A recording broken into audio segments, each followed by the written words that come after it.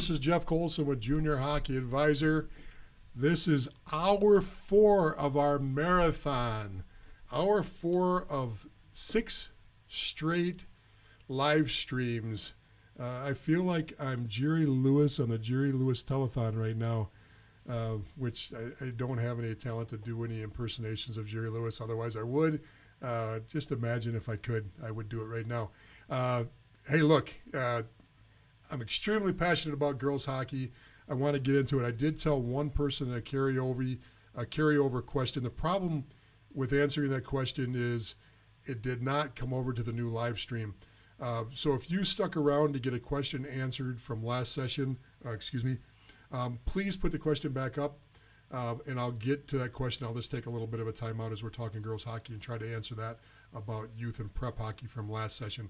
I apologize. I should have written the question down. I didn't realize that once I started the new session that I would lose all my comments from the second one. They go right over to the archives, and I can't pull up the archives at the same time and do the live stream at the same time too. So anyway, welcome. Jeff Colson here. We're going to talk girls hockey. Please, first of all, I was tickled to death to see one person I wasn't expecting to see the numbers that we've got. That's great.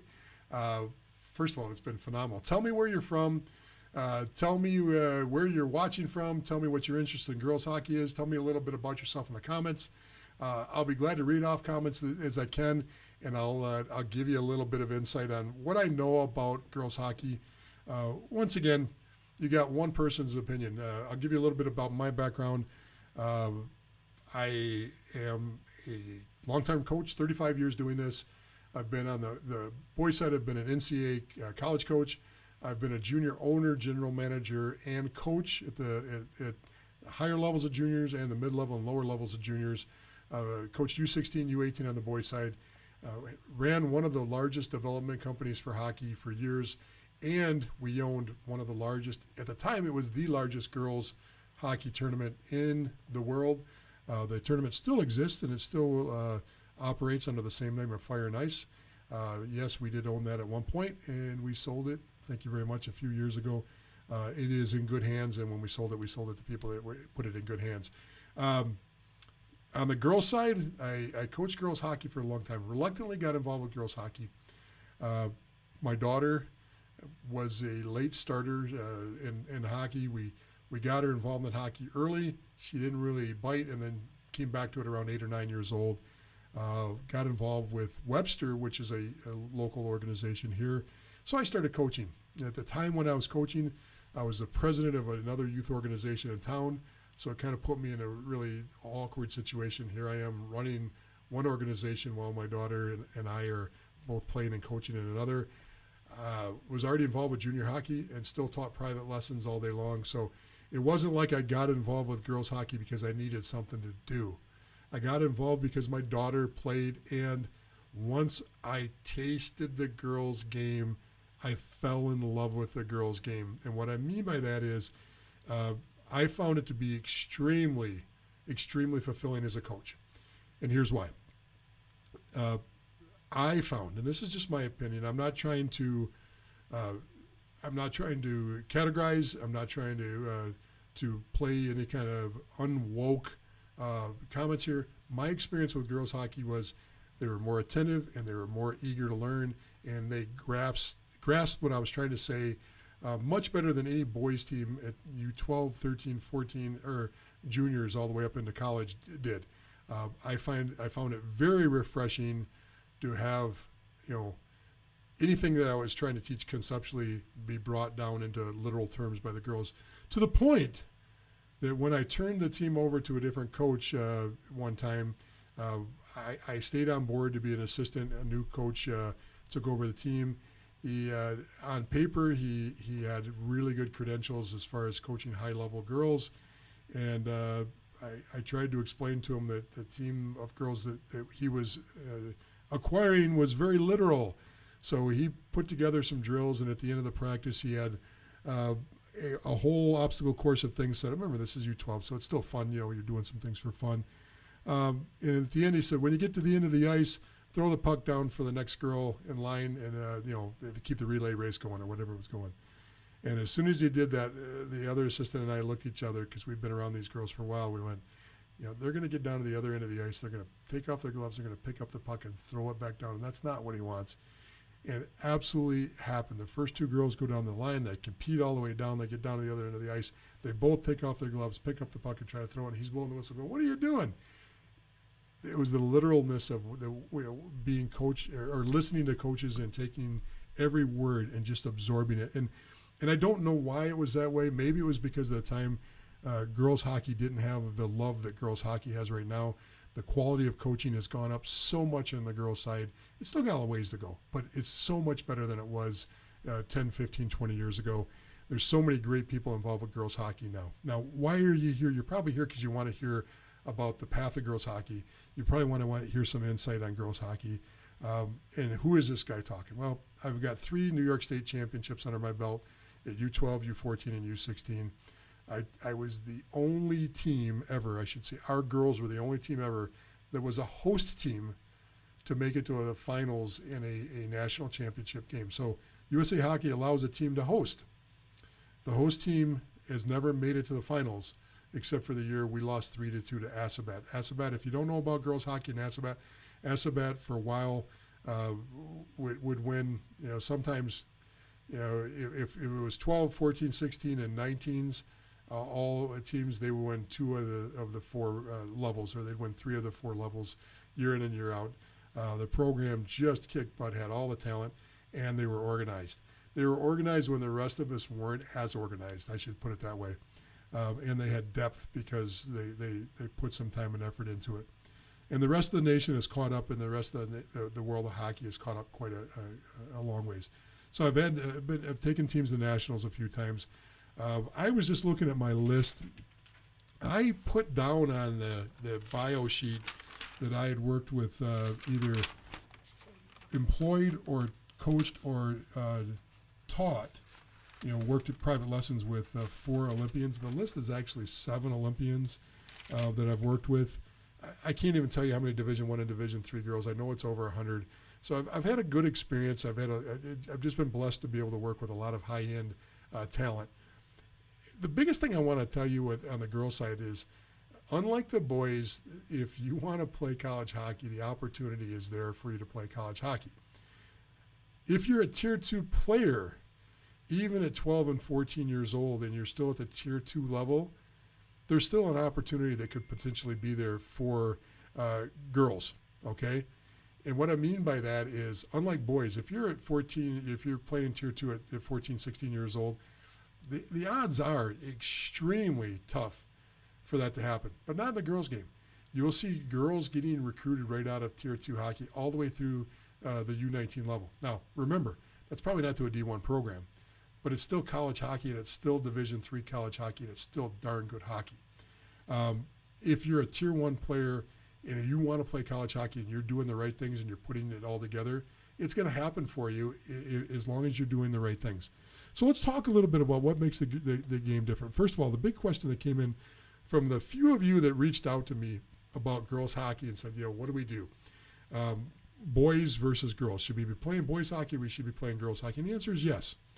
My daughter, played all the way into NCAA, won a national championship, never played boys hockey. She played spring, the spring 3-on-3 league here. She'd play with a boys team in the spring. Her and a couple other girls would play on a boys team. That was it. That was her exposure to the game. Never played on a boys team. Went on and played college hockey. No issues. Played at a high level. Another player in the local area, Jill Cardella, comes to mind. Jill Cardella never played boys hockey. Played at Boston. Played pro after that. Phenomenal athlete. Never played on the boys side. It is not a necessity to play boys hockey to be a great girls hockey player. With that said, there's just as many examples. Very familiar with Shelley Looney, gold medalist. Shelley scored the game-winning goal to win the first gold medal in women's Olympic hockey history. She's phenomenal for the game of hockey. She's a great ambassador to the game of hockey, and spent most of her time in boys hockey growing up. Okay, and it shows in the way she plays. She plays a much different style of hockey, a much more gritty game of hockey when she was in her prime and when she was playing uh, than other women do because of the way she came up in the game. Um, there is the biggest pivotal change that happened in girls hockey for the positive, for the better of girls hockey, was the checking rule being moved back from 12 to 14 in boys hockey.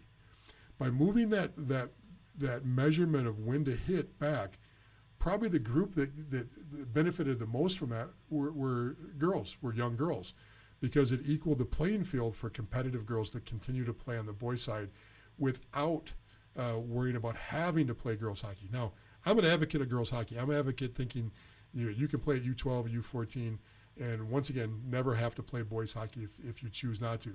But for those that either the market doesn't bear for you to play on the girls side, or you're just not ready to leave it, or you're enjoying it, there's nothing wrong with playing boys hockey. Okay, the pivotal change and where you have to be careful on girls hockey is when the size and the physicality become an issue. For some girls, that never happens. For some girls, the size and physicality never changes the way they play.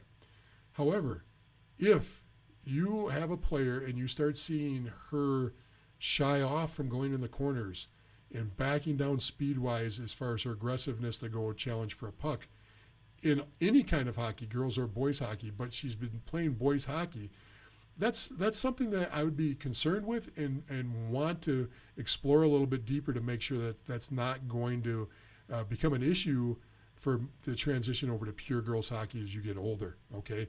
You don't want to become gun shy. You don't want to be that horse that balks at that first jump when they're going through the little, what do they call it, dressage or whatever the little course is. You want to be able to be aggressive and keep that aggressiveness up and to be able to skate fully. Now, that is the one purity of staying on the girls' side completely, is there's very, very little of that feeling of not being able to go, there's a term I want to use that is very male-oriented, but going all out across the board at full speed. That purity stays for girls that stay on the girls' side completely. Now, most keep it even though they go to the boys' side. But my fear is when you start getting into high school teams. My fear is when you take an elite player. I'll give you a great example.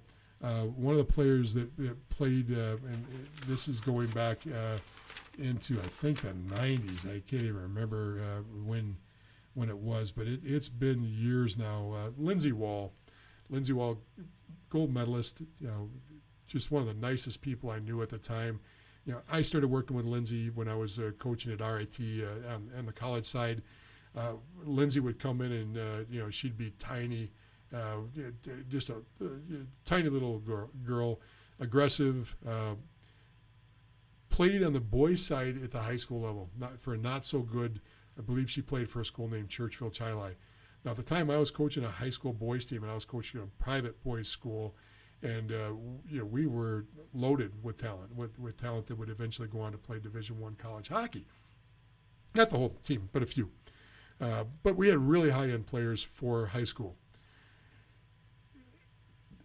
Even without trying and without earmarking the girl on the ice, because there's always a few girls that play on the high school side, especially in the Western New York market, she would get hit and get hit harder because of the difference in the style of play. She was an aggressive, already a national level girls player that could play at 16 years old with the best women in the nation.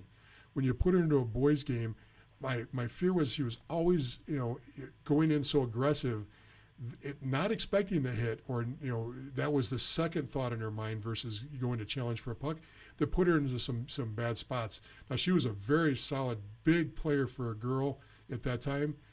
On the boys' side, she was average size, if not a little bit smaller, but that's just the dynamics of the different sizes. I always feared that may have slowed her down a little bit. Now, she still went on to win an Olympic gold medal. I'm not saying it halted her career, and who am I? I mean, she played at a level I'd never been able to play at.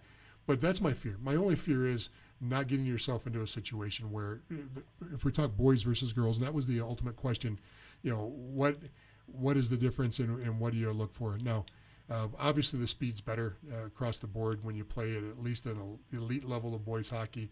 And if I can play at U10, U12, even U13, sometimes U14, I want to do it if it's a good quality situation. And it really depends on getting yourself in a situation where you've got a coach that treats you like a player, and you're a player across the board. And there's no sugarcoating things. There's no changing the way that you're coached because you're a girl. Those situations, absolutely. But if you got the market, if you're in the market, if you're in the Wisconsins and the Minnesotas, if you're in the Michigans, if you're in the Western New York and you've got an opportunity to play pure girls hockey and you don't want to play boys hockey, there's just as many success stories with just the pure girls side. So I got a few other things I want to do, but I want to get out and say hi to a few people, and I want to see if there's anything that I can answer right away. Okay, Renee's on from South Florida, thanks. Paul's on from St. Louis. 2010 daughter played Tier 1 this year for 12U Lady Blues. Just trying to figure out things at this level, fairly new to us. Try to jump into a few things that will help you too, Paul, as we go on. Thanks, Jeff. Could you touch briefly on the Beast League to USPHL? Okay, I got to take that time out. We're talking about, this is the timeout to finish. Give me 1 minute to answer this question. I'll get right back to girls hockey. I was going to do this right at the beginning. The question is the difference between the Beast League and the USPHL. The USPHL right now has one function and one function only. They're all affiliated with the USPHL Elite, USPHL Premier, and ultimately the NCDC. Their goal is to get players that fully understand that's their path of ascension. The Beast League is more of a in-depth league that is open to prep, open to junior, open to the whole nation. In fact, open to North America as far as their exposure, as far as who's looking at them across the board. There's nothing wrong with the USPHL. My son played a year at U16 in the USHL before he moved to Tier 1 Elite in Detroit. There's nothing wrong with the league, knowing that the path is built essentially to provide players for their model. That's first and foremost what they're trying to do. Nothing wrong with that. But be up, be front, be square. That's their first function. They don't want to develop players in that league that are going to leave and go to other leagues. They're trying to build their pyramid inside. The Beast is trying to put players into the highest level they can across the board, no matter where you want to play. If you play in the Beast League, they're trying to get you to the next level across the board, your best opportunity, wherever it's at. That's the biggest essential difference. Level of play, Beast is a better level of play right now. It doesn't mean that there's not great players playing in the USPHL. There are great players playing there. But essentially the teams head-to-head matchups, league-to-league matchups, you got one that's just playing and ascended to a different level than the other, and the exposure level. Where they recruit from, the type of player they're pulling in. There's anomalies inside the USPHL, but remember what their form and function is. Form and function is to develop players for their league, and their destination league is their own league. Destination of the Beast is a different way. So hopefully that helped a little bit. Let's get back to girls hockey, and let's continue this conversation with girls hockey. Let's see what else is coming on right here. Somebody just said, hello, Jeff, caught you live. Well, hello, Facebook user. Okay, let's see what else we got here. We've got Matthew saying, I have a student that I coach from 7 to 12 years old. She enjoys playing boys more than girls. Everyone said once they get older, she would not compete, but she's holding on. Do you think she should move to girls hockey? What path do you think she would do at what age? She is in the, sorry about that, it dropped off on me. She is in the New York City, New Jersey area. Well, the good news is, and we're going to talk about, there are some essential things that even if you play boys hockey, you want to do. And yes, I am going to give you a name. And yes, I am going to tell you that there are pivotal people in this game that you really need to know if you're in girls hockey. Ultimately, if you're going to ascend in this game, you're not going to play in the NHL. Okay, if you're going to ascend in this game, you're not going to play men's Division I college hockey. If you ascend in this game, you're not going to play in the USHL, the North American Hockey League, or the BCHL. You're going to play girls hockey at some point. When you step off is subjective to whoever you are. But at some point, you're going to play. You're going to play girls hockey. Some girls that have coached over the past that left at 14 or 15 or 16 to come to play pure girls, it was an adjustment period because of the way they played. Not that they were too aggressive, it was just an adjustment of how they played. Remember, boys at 15 and 16 are introduced to things like chipping the puck and going to chase the puck, which is a style that you see at juniors all the time. You see it at high school all the time. You even see it at college. It's part of the fabric of the game. I don't agree with it, but it's part of the boys' game, much more so than the girls' game. You rarely see teams that dump the puck and chase the puck in girls' hockey. So if you come with some habits, and I'm just using that as a for example, and I'm not pointing to anybody, but for example, if you come in here, you've been taught to dump and change or dump and chase, and you go into a team that absolutely carries the puck in and sets up off of a rush every single time they touch the puck, puck possession, puck possession, puck possession, it's a big change for you. Why would I stay in boys hockey versus girls hockey? If the coaching and the level of play kept me in boys hockey, fine. Meaning, hey, I'm getting some just great experience, and this coach is teaching me so much, and I'm looking at my options for girls hockey, and they're just not there. The good news is, if you're in the New York, New Jersey, Connecticut areas, there's some phenomenal girls programs. There's just tons of them right now, and there's hybrid programs, there's day programs, there's academies, North American Hockey Academy, the NAHA. There's the program that's there's the Boston the Shamrocks program. I forget the name now. You're catching me off guard on the names, but there's just a ton of great programs for girls hockey right now. That the excuse of not being able to find programs that we had 10 years ago in the girls game is going away because of the level of coaching. I can tell you right now, when I left girls hockey, I was so concerned about its health, the health of the program, and part of that's ego. You want to see whatever you developed, and we're on a run. We had a great run.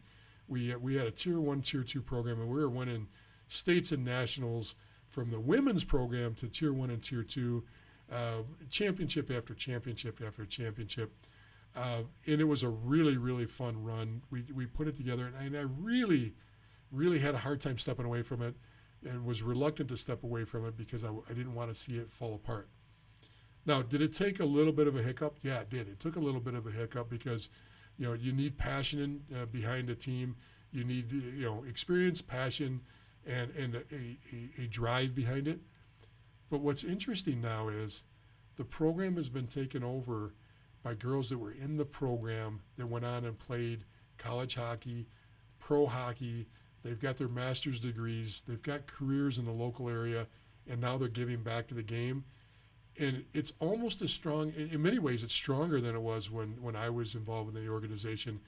But it's because now there's some tradition. Now these girls are coming back and giving back, and they're doing the right thing, and you can see it. But that's happening in all the markets now. Now the girls' game has got strong enough where the boys always had people coming back that were involved. Junior programs. Oh, my dad played for this junior team. Oh, my older brother played for this junior team. I'm going to give back. I'm going to go coach for the U18 team, the U12 team, the Mites. But now you're seeing it with the girls. And it's so phenomenal to start seeing that success happen here. But we're no different than what's happening in Wisconsin or Minnesota and some of these other markets that are a few years ahead of us with that. So that's happening on the East Coast all over the place. You've got and once again, every year it's a roller coaster on which program is the hottest program. But with programs like the Colonials and that are in New Jersey, the Rockets, there's other programs that are there that are great. Not only do you have that, you've got some great tournaments in that area, but here's the secret to this. If you choose not to go to girls hockey, you've got to participate in girls hockey. U10, U12, you got to get involved in it. And how do you get involved? You got to get involved with spring hockey. You got to get involved with showcase teams when you're a little older, the 14, 15, 16, 17 years old. You got to get involved and play with the girls in the spring and summer, period. That's where the relationships are built. That's where you can see about where you fit into the bigger picture, not just your local market, but the bigger picture. Now, I said I'm going to drop a name, and I'm going to give you the name of a program. And it's Kelly Kajuri. Look Kelly up, and Kelly spells his name funny. He spells it like KJROI or KJORY or ORI. If anybody has Kelly's name, put it in the comments. Kelly runs a showcase program out of the Greater Toronto area, and has been probably one of the most influential people on placing girls and giving girls opportunities to move up into hockey in the last 10 years. I can't tell you what he means to the game of girls hockey, because you until you experience what he does, and the fact that he gets involved hands-on with literally everybody that comes through his program, you really can't comprehend it. And what's different about his program, and there's others like it, and he's not the only one. So if you've got a name or a comment, feel free. Kelly and I don't talk very often, so it's not like I'm getting paid by him to do this, but he's built a relationship with almost every single college program out there. When he does an event, he gets full attention of the hockey world for girls hockey. What does that mean? That means when you go there and you skate and you're one of the better players coming through there, it's noticeable. And he's also, over the years, the program, because he does 2 or 3 events in the spring and summer, and he's been doing it for year in and year out, girls do get noticed there. They do get recognized there. And I'll give you an example of my daughter when she first did a Kelly event back when she was 12 years old, 12 or 13. She was young. She gets invited up, and I don't know if his events are still invites or not. If they're invited events, you got to work to get invited to these events. If not, go.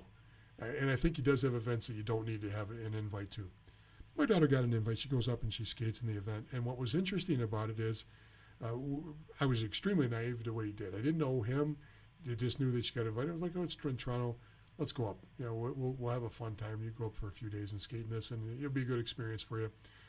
She was just tasting the water of elite hockey yet. She wasn't bought into, if she was a hockey player yet. She loved the game. Our whole family's involved, but she was still toe in. She hadn't dove in head first yet. So I get up there. She's skating, and the way they had this structured was, you did a practice with 3 college coaches on the ice. You got off.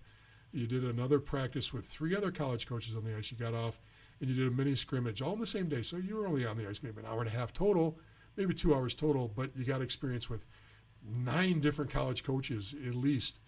And then every game that you had different college coaches on the bench. So they were in the locker room pre and post the game with you, and on the bench.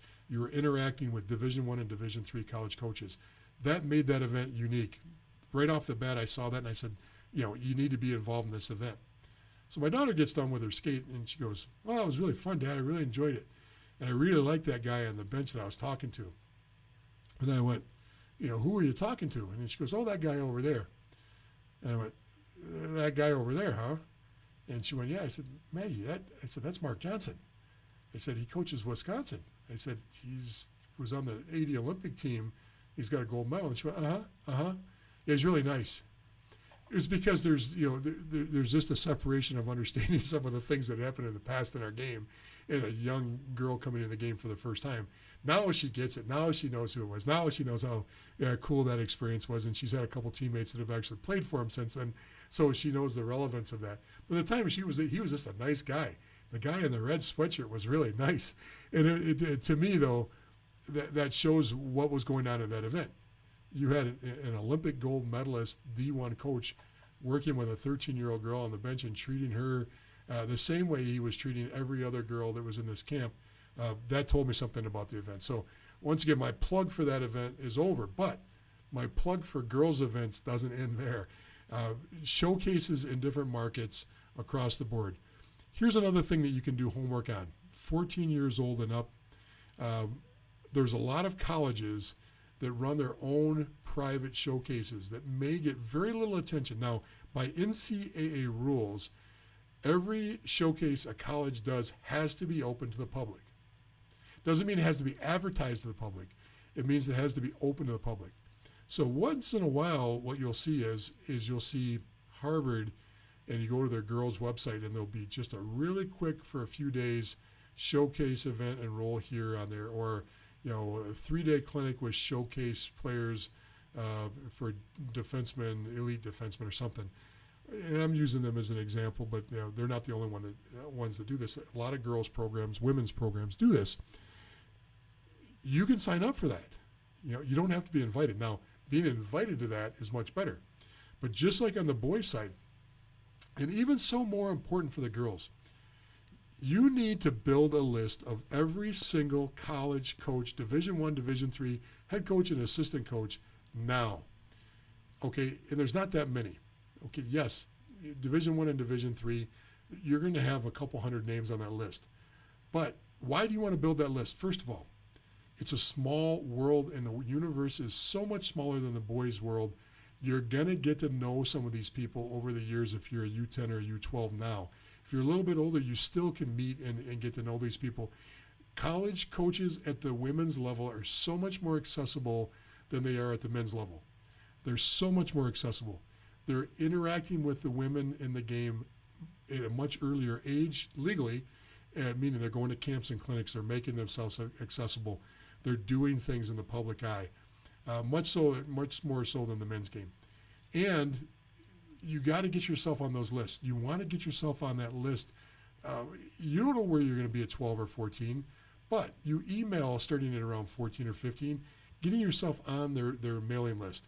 If they've got a website that says, if you want to play here, fill this out, fill it out. Get your name put on that list. Get that information out there to that coach. I just said this last session of this. I don't remember which session I said this in, but it holds true for girls hockey just like it holds true for boys hockey. If I'm a girls college coach and I'm going in to watch a showcase game, I'm going into the Nationals to watch the national championship games. Yeah, there might be a game or two where I just go back and have a blank sheet of paper and just want to watch. But not most of the time. The majority of the time, a college coach walks in and has a list of people he wants or she wants to watch. And more likely it's she these days because now we're starting to see some really good quality women take over these programs, which just wasn't around a few years ago. Now it's there, and it's a much better situation if you ask me. Now, the reason why you want to be on that list is if I've got a college coach up there, here's the kind of list of college coaches. They actually have two lists for the most part, and this is across the board in hockey. They have the list of the people they want to watch because they have done their homework on a group. Either they've been recommended by their prep coach, they've been recommended by their U18 coach, their U19 coach, they've been recommended by somebody that watches programs for you. Somebody like Kelly Kajori may have told this coach, hey, you got to watch that woman, that girl, okay? Or their staff have done their homework. They've been out watching games. And before you walk in as the head coach, your staff has said, Coach, watch these three girls, okay? So I've got my list. That list could be 4 people. That could be 10 people. It could be all left wingers. It could be all right wingers. I could be looking for a specific fit for my team 1 year down the road, 2 years down the road, 3 years down the road, 4 years down the road. You don't know. But that's my list when I walk in as a college coach. What's the other list they walk in with? The other list a college coach walks in with is people that have reached out to his program and said, I'm interested in his or her program, I should say. I got to start using neutral pronouns, I guess. Hey, look, I'm not politically correct. If I say he or she, don't get hung up on that. Hear the message and not the idiot that's giving you the message. People reach out. They got on the website. They filled out the form. They reached out by an email. They found a way to text the coach, social media, whatever. That coach has got a list of maybe 10 people, 15 people that are going to be at that national championship, that showcase, that league championship game. And he's like, look, I got to watch the ones I'm going to watch, but I'm going to give some time to these people that reached out to me too. Now, he might not give as much time to that person that reached out. My little U17 Phoebe, that's my daughter, is playing in the national championship game. She's a third liner for a team that's in the middle of the pack. He's got his eyes on, these 3 stud players over here that are just incredibly good. And but Phoebe is over here. Phoebe's in the middle of the pack. Why does Phoebe get a look? Because she reached out. Now, there's 2 teams playing. There's 40 some odd kids total out there. The coach has got 3. The college coach has got his eyes on 3, and he's got his eyes on that list of Phoebe that also asked to be looked at. The rest of the kids on the ice, there could be a kid on that ice that scores 3 goals that never gets looked at by that college coach because the college coach is either looking at his list of players or checking out Phoebe. So who do you want to be? Do you want to be the kid that gets looked at even though they didn't have a phenomenal game? Now, Phoebe could have been that person that had all the goals. I'm saying that Phoebe didn't in this situation. my made-up scenario. Players that are looked at because the coach has got his eyes on them, players that reached out, and then the rest of the pack. Don't put yourself in the rest of the pack. Get on that list any way you can. Reach out to schools. That's how you do it. So it's that simple. Do the homework. The other part of this is that coaches migrate in the game. It's a closed network of coaches. So you might think, oh my gosh, that's the last place Division III assistant coach. Why in the world would I give that person the time of day? You give that person the time of day because that person now moves over to become the head coach of a different program at the division level, or becomes assistant coach at one of the great programs, Minnesota or something, or she becomes the assistant coach at Minnesota. You don't turn your back on anybody. You talk to everybody in this game, and you keep your eyes open. It's a different mindset on the women's side, the girls' side, because it's a closed network compared to the boys. It's so much more. Everybody knows everybody. Everybody's a part of this together. And in many ways, it's very positive, but you've got to make sure that you don't burn bridges in this side. You want to make sure that if it's the last place coach of that brand new D3 program, and you really aren't interested in that program, you're treating that coach just like you're treating the Minnesota coach or the Wisconsin women's coach, because next year that person, male or female, could be the head coach or the assistant coach in that program. That's how this game works. So hopefully that helps a little bit. Let me see what kind of comments we have here coming in. See what else I can help you with on this. I asked the question earlier. You're covering everything. Thanks, Jeff. Let's see. Jeff Folberg says he's in from Wisconsin. That's good to hear. Renee, can you talk about the advantages and disadvantages of college hockey divisions and club level? Okay, yeah. And Renee, I'm assuming you want to know about the girls' side on this. Versus the boys' side. The boys' side will be next hour. We'll cover the ACHA, the college club level. And to discuss the college club level, of course, we'll have to explain Division I and Division III a little bit before we get into ACHA college club. On the girls' side, to be honest with you, it's a different world on the ACHA college club. You have to be careful there because there is a little bit of have-nots. There are some phenomenal ACHA, there are some phenomenal club programs for women. However, because the pool of women hockey players in North America is smaller than the boys, but the pool of Division I and Division III schools are not that much smaller on the boys' side, okay? Meaning, proportionately, the percentage of girls that are playing Tier 1 and Tier 2 girls hockey go on to play college hockey at either NCAA Division I or Division III, proportionally much, much higher than boys hockey. Now, I don't have that down in numbers because I've never put that correlation. For me, there's not that much. There's no reason to really put that correlation together for anybody that I'm presenting to. I guess there could be a league, or if it was a USA Hockey meeting or something, that might come into play. But I've never actually put the full numbers down. But I can tell you, you don't get many Tier 2 boys players jumping straight from Tier 2 into play NCAA college hockey. You'll see that on the girls' side quite frequently, and it's because there's only so many Tier 1 programs, and there's some strong Tier 2 programs on the girls' side, and the opportunity to play, for example, even in the Western New York area, there's only a limited amount of opportunities to play Tier 1.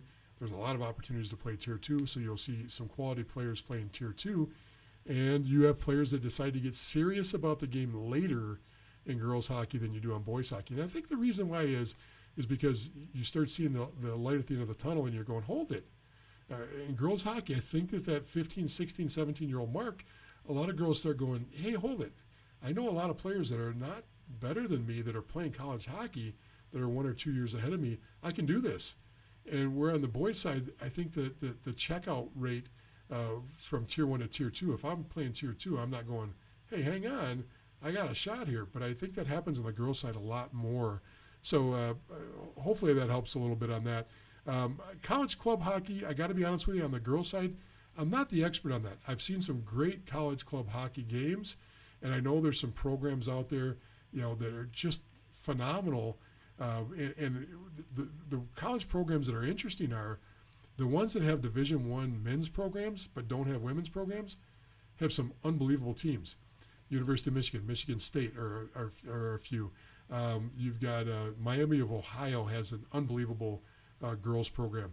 You've got some great club programs out there that you would think were Division One by the way they're treated and the way they're equipped and outfitted, and the way they're coached. Some of these have full-time coaches with their programs. So that's probably the one thing I would say is take a look at some of these programs that they don't match up for whatever reason, apples to apples with the men's program, because those women's programs tend to be really, really attractive for women to play at because of the fact that there is no varsity team or Division One team there. So and then Division Three, your top Division Three teams, I can tell you right now, your Norwiches, your Adrians, your Plattsburghs, your top programs over the last, your Elmiras have been up there. Your top programs over the last 5 or 10 years, those programs historically can compete with the bottom third of the Division One programs on the men's side, or excuse me, on the women's side.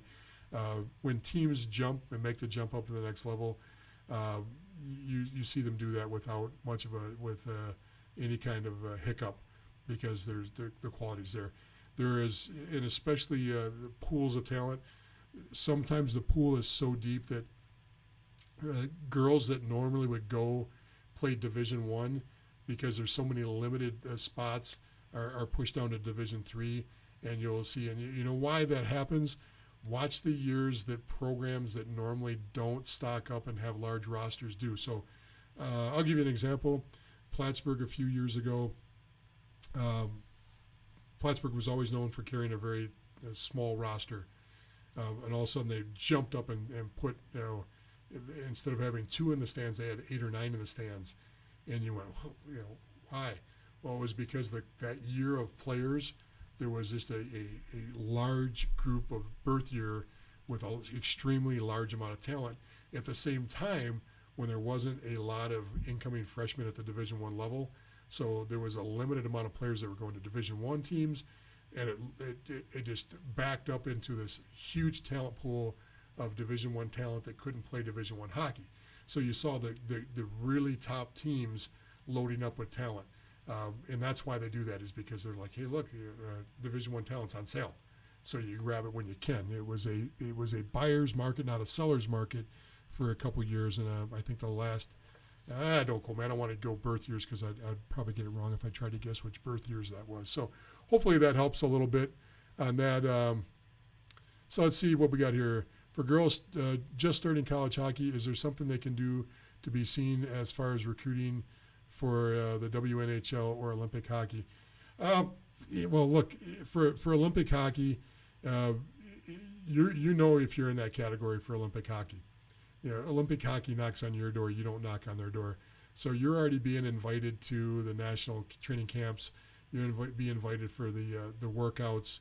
You're invited into that world. So if that world's not knocking down your door, you can try to become a dual citizen into Bulgaria or something like that. Your odds would be better in Spain or maybe some team outside of the U.S. or Canada.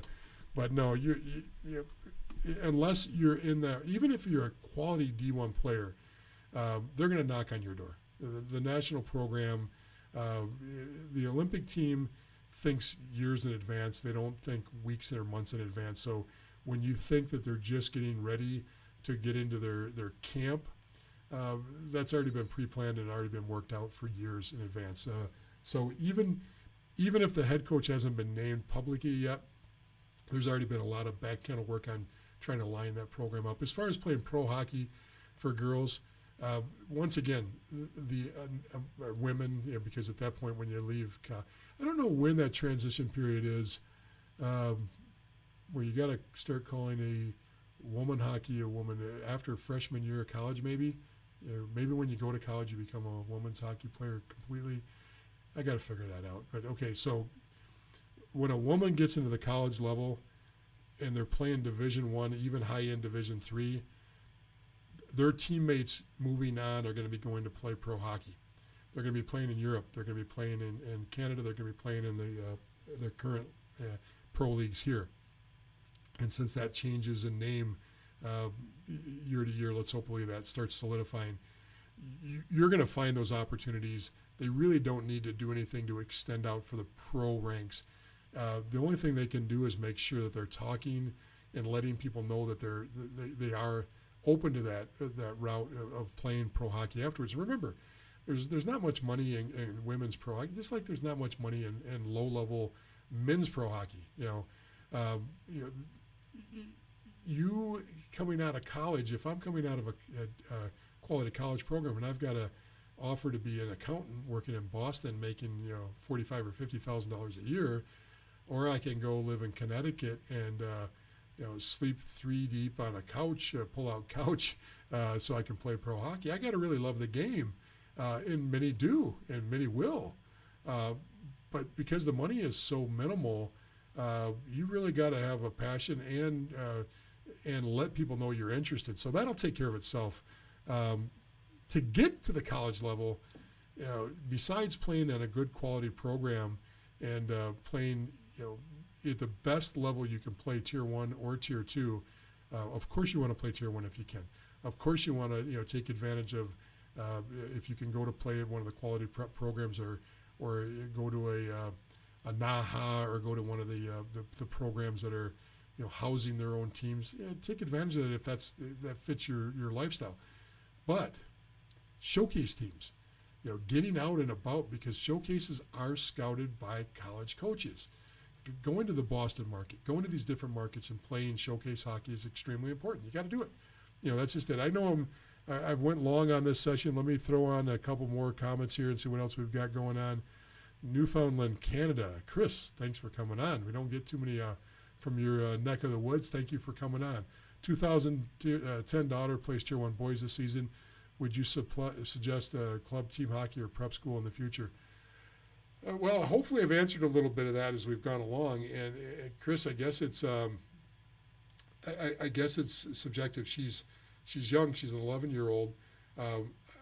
I would say as long as she's able to play competitive hockey on either side. Now, look, you can usually, I'm not saying this across the board. If you're playing boys hockey and you start showing some interest in the girls program in your local area, the girls team is going to accommodate you for a little while before they give you hey, you got to make your mind up, one or the other. In other words, they'll either, when I used to coach girls hockey and I had the 1 year, I'm looking at the picture on the wall, I've got my pictures hanging on that side there, 50-50 split. The only 2 girls on the team that didn't go on and play either Division I or Division III hockey, one was because she wanted to go to Cornell with a specific degree in mind, a literal specific degree in mind, that she had offers from colleges to go play there that would try to bend their curriculum to fit, that wouldn't fit, that she could only go there to get a specific degree, and she just wanted to focus on it. So she played club hockey there, but it clearly had the talent. And the other one was a goalie that was extremely artistic that chose just to step off the path. When she was already in the national hunt at age 14, she was already being earmarked as one of the best goalies in the nation. So those are the only 2 girls that didn't make it on to play college hockey. And the reason I bring that up is because 3, 4, 5 girls in that team were solid boys players. They were on the game. They were loving it. And I used to go, well, why don't you come on and practice with us once a week? Why don't you come for this weekend? Your boys team's not doing anything. I'll talk to the coach, see if he'll let you come play with us in a tournament this weekend. And so I would open the door to them and let them get around the girls and let them get acclimated to it and enjoy it. And then they eventually, because they all have to come over at some point. I just wanted them to come over and help our team earlier, and try to, make it as easy as possible. So a good, program in the area is probably going to give you some latitude to try girls hockey and get your foot in the door if you're not already doing that. You might already be doing that. Chris, that might be something to do. But as far as, if you're going to choose to play travel or prep, really it goes into what lifestyle and sacrifice changes you want to make. If you're going to go prep hockey, there's a financial burden that comes along with prep hockey that's a little bit higher and a little stiffer, even for the best of hockey players, that comes with that. How much time do you want away from your family? How much money do you want to spend? What type of sacrifice does your family want to make? you're in a neck of the woods where there's some great hockey, but I'm not sure if there's a lot of competitive great hockey enough to fulfill where your daughter's going. Boys hockey might be the answer for a long period of time. And when she chooses to leave or chooses to ascend just into girls hockey, the choice might be she has to go to a market that's outside of where you're from, which means you're gonna have a hike to go watch her play. So I don't know if I can answer that completely. DM me if you got some specifics. I don't mind trying to get into that a little bit more. It's an intriguing question. One more here, then I got to wrap up so I can get on to our next discussion. Just joining in, 2006 Bantam AAA player defense.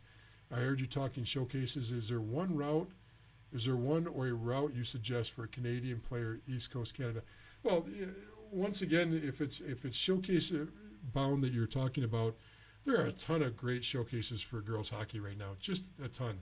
The Beantown, the Chowder Cup in the Boston area, those are great events. They've been around forever.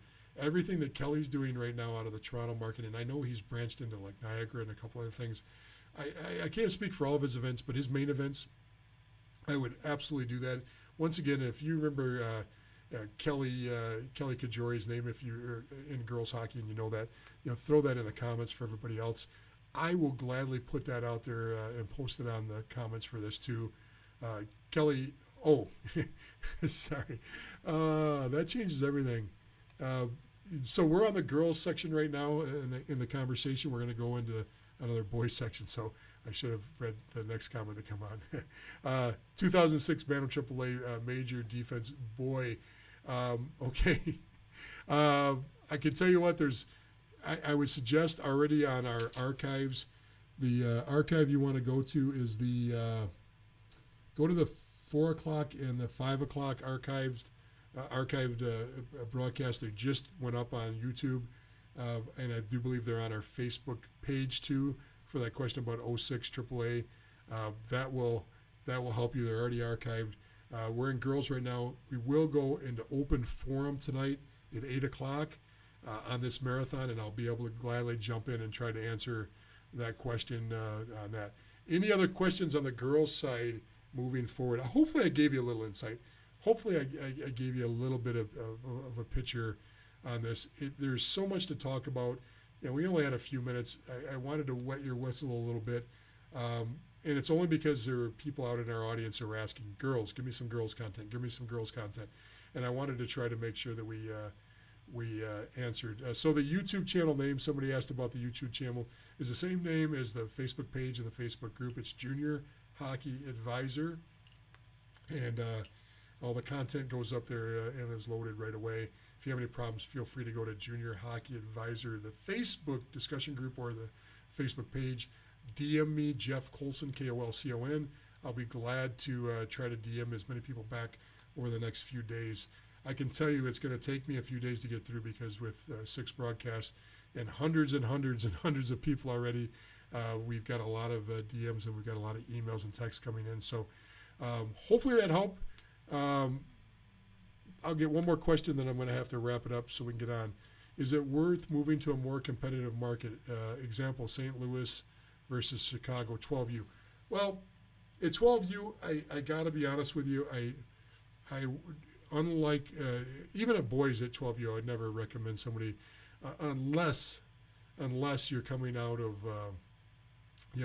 on the boys side, you've got the Brick and you've got the Quebec, and so things start lining up for super elite players where you can line up into a market, into the Detroit market or into the Boston market at a young age, and families will move.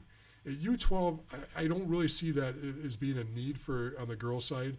Now, this is all a game of sacrifice across the board. You'll hear me talk about that with boys hockey and girls hockey. You're going to end up sacrificing if you want to be elite. Rarely does a kid grow up in the same market that they play and go to the same, for girls, either Canadian Junior, which is still U19, or a competitive U19 girls program, go on to play college and go on to play pro all in their backyard. Okay, you're going to end up leaving the market. As good as our programs were, we won a national silver medal, state championship team, national silver medal, and we couldn't keep the group together. We had half the group was was Division I, half the group was Division III, and everybody. And the reason that happens, and it's human nature. If I'm a second line player and I'm not seeing power play time because of the team that they're currently on, they're going to find an opportunity with another Tier 1 team where they can be first line and power play person. If I'm a backup goalie or get the second amount of ice time on a Tier 1 team and I've got an opportunity down the road to be the number 1 goalie and get more ice time, I'm going to do it. So you can't hold that against people to move even if they're in a great program. I bring that up because even our program here, we lost everybody after they went and won a silver medal at the national championships at U14. By the time 16 rolled around, the team had lost 40, 50% of its key players that all moved to different markets. Some went up to play in Canada, some went to Naha, but they all moved, not all. In the year after that, there was nobody left. I think one or two girls may have stayed and played out their whole career with that same team. Even my daughter ended up leaving and going to play for another U19 program in another market. And it happens. So the sacrifice part of this, having to sacrifice to play girls hockey is going to happen. You're going to sacrifice family time. You're going to sacrifice moving away early. You're going to sacrifice money. At 12, I think I'd take advantage more of going away to showcases, not summer camps. There's a difference between going and jumping in a pool or a lake and drinking bug juice and sitting around a campfire and really having a good time, or going to a camp that's going to be exposed. They still can have a good time. They can still, have great fun activities, but there's a little bit more of an edge towards competitive hockey at a showcase or a tournament for girls that's going to attract college coaches. So I think I'd hold off a little bit on that U12 moving, but the sacrifice is going to come into play at some point. Before I leave, don't forget, everything has to be reverse engineered. You want to play college hockey and you start putting a vision together at 12 or 14 years old of where you think your daughter or you or your daughter, when you talk, want to be, go to Elite Prospects. Go backwards. Find out where those girls played. Find out what U19 programs they played for. Look at their U16 programs and go backwards into it. It's so much easier because that information's there on EliteProspects.com. You can actually put that all together. Hey, listen, it's been great today. Folks, thanks so much. We got through it. I know I rambled a little bit. It's because I've been doing this for 4 hours already. Junior Hockey Advisor, if you're not a Facebook discussion group member, please jump on there. If you're not part of our Facebook page and Facebook group, please jump on there. We are not boys-centric because we're called Junior Hockey Advisor. We are hockey-centric, and we're talking about the path to college hockey and beyond. And usually it's through junior hockey, even on the girls' side. Thank you so much, and have a great night. If you're on for ACHA hockey for this next session, I'm going to jump off for a minute or two. I'm going to get a drink, and I'm going to come right back on. So this will close down. We'll open back up with the ACHA discussion in about 2 minutes. Thank you so much, folks. DM me if you got more questions. I'll be glad to try to answer as much as I can. Take care.